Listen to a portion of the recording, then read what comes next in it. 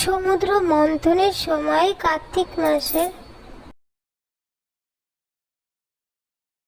কৃষ্ণপক্ষের ত্রয়োদশী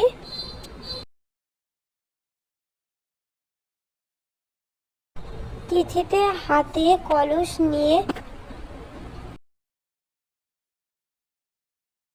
আবির্ভূত হন ধন্বন্তরী।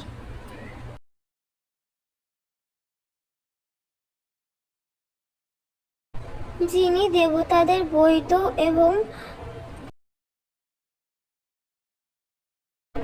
এবং আয়ুর্বেদের দেবতা। তাই তার পূজা করা হয়।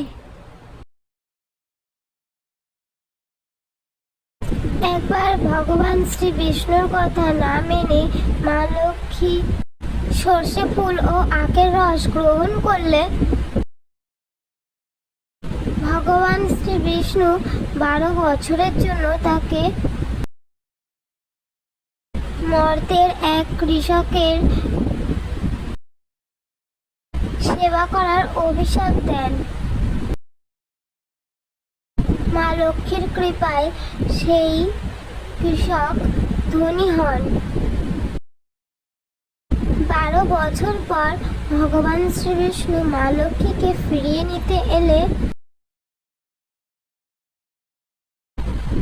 কৃষক প্রথমে রাজি হননি, তবে অবশেষে মা লক্ষ্মী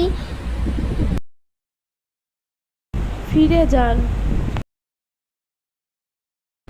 এই দিন থেকে